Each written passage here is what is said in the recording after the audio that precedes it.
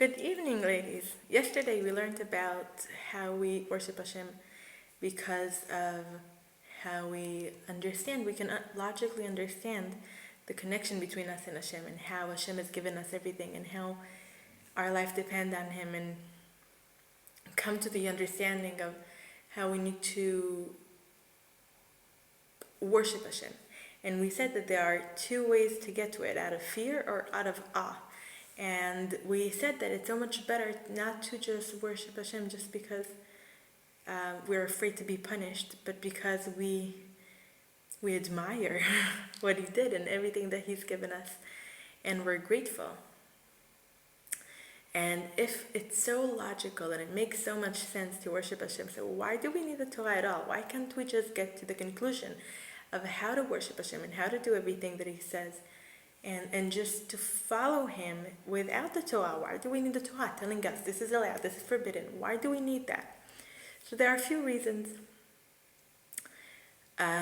So he explains in our book, he explains that there are people who are too much carried to this world. They care too much about their money and their clothes and what they look like and everything, and because they're so focused on this, they're missing out on the next world. They're losing their next world.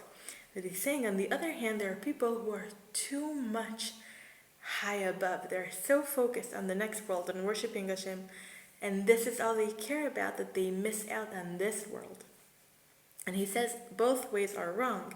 It's not right to be only focused on this world, and it's not right to be only focused on the next world. Hashem wants us to be here in this moment and enjoy this world. He wouldn't bother making us such a beautiful world if we are not supposed to enjoy it. That's also the reason why a Nazir, and I'm not exactly sure how to say Nazir in English.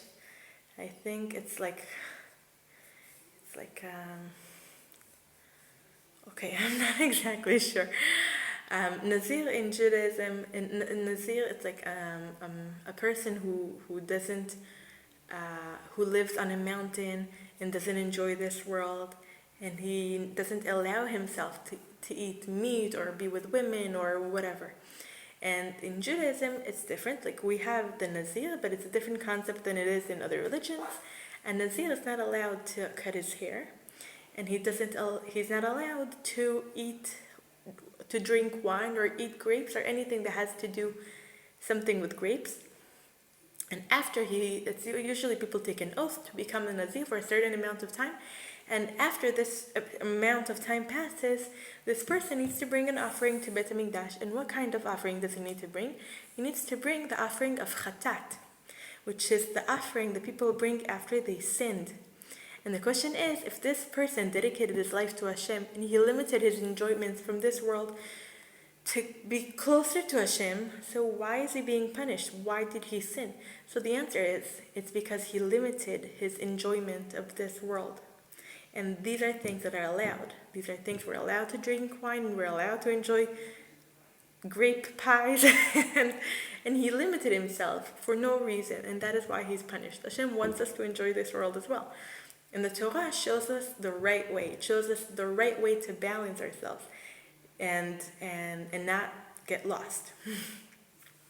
The second reason is because that if you only worship Hashem out of the feelings that you have and your understanding, it's beautiful, but then each person is going to do whatever they want, because each person is different and they understand a little differently, and we're going to end up with a nation and people are doing whatever they want, whatever they understand, and maybe they're wrong.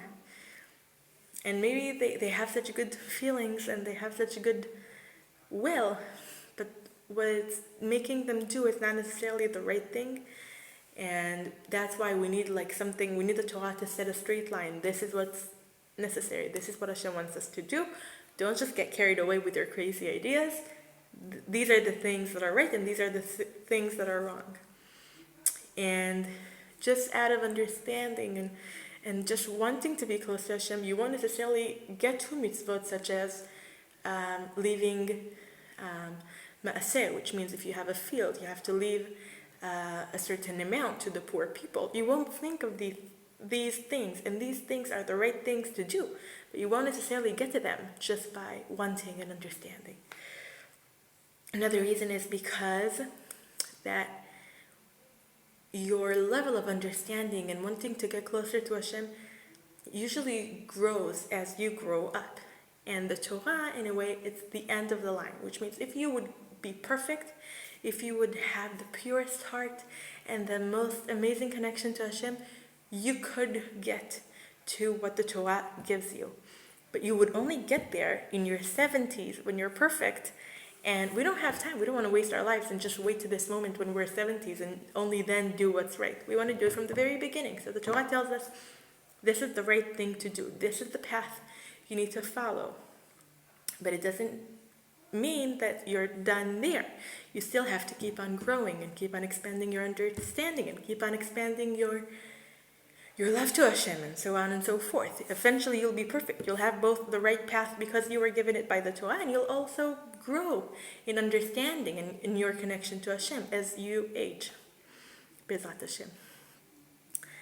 Another reason is, the last one we're going to discuss today, is because with our knowledge we can understand how, okay, Hashem created the world, He's providing for us, He created us for a certain reason, and we want to have some sort of connection to whoever created us.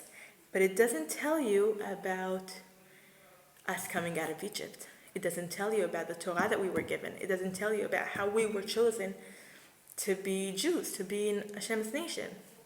And it doesn't tell you that. So that is why we need the Torah, because it gives us such a higher and deeper understanding of who we are and why our connection to Hashem is so strong and should be so strong.